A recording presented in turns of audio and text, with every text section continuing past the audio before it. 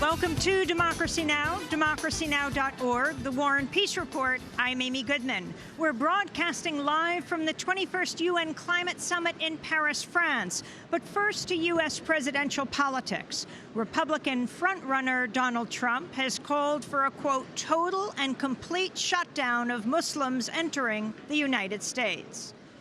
Donald J. Trump is calling for a total and complete shutdown of Muslims entering the United States until our country's representatives can figure out what the hell is going on.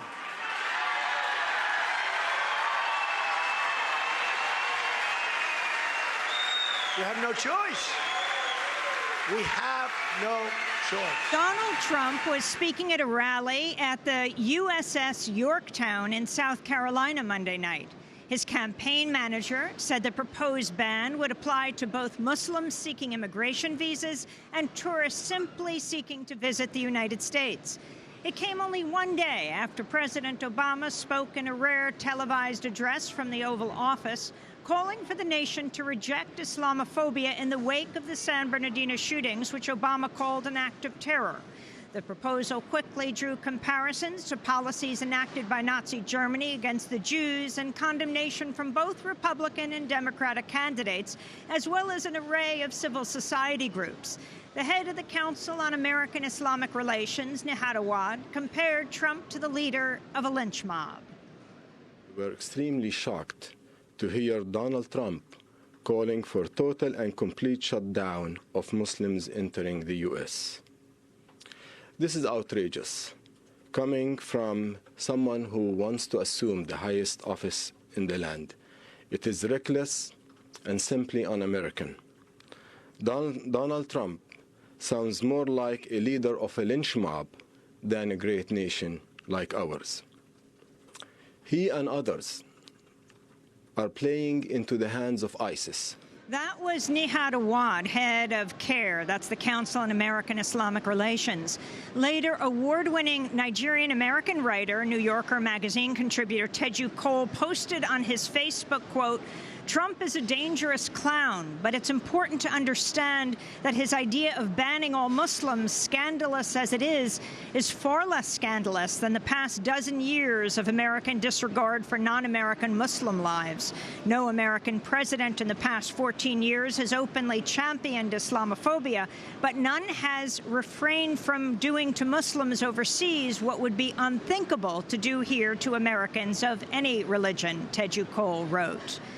Beijing has issued its first-ever red alert for pollution as China's capital city is engulfed in thick smog rife with poisonous chemicals that can make residents sick from simply stepping outside. The government has urged schools to close and has ordered a halt on all outdoor construction work. In some Beijing neighborhoods, residents can see only about 600 feet ahead of them. Beijing resident Li Teng spoke out.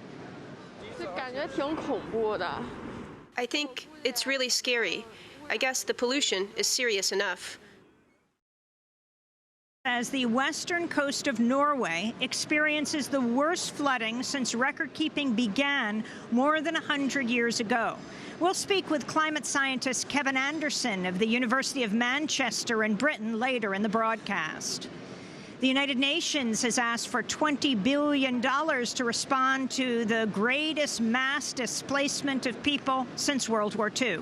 It's the largest appeal to address forced displacement that the United Nations has ever launched. UN officials cited the wars in Syria, Iraq, Yemen, and South Sudan as one of the major reasons there are nearly 60 million refugees worldwide. UN High Commissioner for Refugees Antonio Guterres warns that at the present level of funding, the agency is, quote, not able to provide even the very minimum in core protection and life-saving assistance. The UN aid appeal comes as Germany releases new figures showing it's on track to accept more than 1 million refugees this year alone. That's more than 4 times the number of refugees who resettled in Germany last year. The figures show that in recent months, Syrians have constituted more than 30% of all refugee applications. Meanwhile, dozens of Central American mothers whose children went missing in Mexico while attempting to flee violence in their home countries are now traversing Mexico on a journey to search for their missing children. The 3-week-long caravan of Central American mothers includes women from El Salvador, Honduras, Guatemala, and Nicaragua. Their children are among the tens of thousands who disappear each year along what experts call one of the most deadly migration routes in the world. Speaking at a news conference in Mexico City Monday, Lord Salso, whose son was killed in Mexico, spoke about his body being returned to her in pieces. A los 26 meses recibimos sus restos, los pedazos. After 26 months, we received his remains, the pieces. We did not receive all the pieces of his body. We demand that please, not please, but it demands, that the bodies be sent in their entirety to send the right remains, because bodies have been sent that don't belong to the victim. They say it's a woman, and they send the body of a man. In the United States, 7 detained asylum seekers on hunger strike have been sent to the medical unit at the Etowah County Detention Center as their strike stretches into its 12th day. They're demanding their freedom. Other hunger strikers report being subject to sleep deprivation and threatened with force feeding or deportation. Democratic presidential candidates Bernie Sanders and Martin O'Malley have expressed support for the more than 100 asylum seekers on hunger strike across the United States. In the occupied West Bank, Israeli troops have shot and killed 2 Palestinians.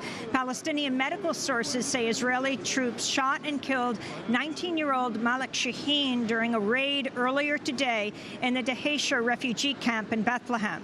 This comes one day after Israeli security forces shot and killed a man in Hebron whom they accused of carrying out a non-lethal stabbing attack. Since October 1st, Israeli security forces have killed 105 Palestinians. 19 Israelis and 1 U.S. citizen have been killed by Palestinians during this same time period. Some of the world's largest military contractors, including Lockheed Martin and Raytheon, have told investors that the companies will see, quote, benefits from the growing conflicts across the Middle East. In a story first reported by The Intercept, the contractors spoke of the growing demand for F-22 and F-35 fighter jets, rockets, and armored vehicles during a West Palm Beach conference this week.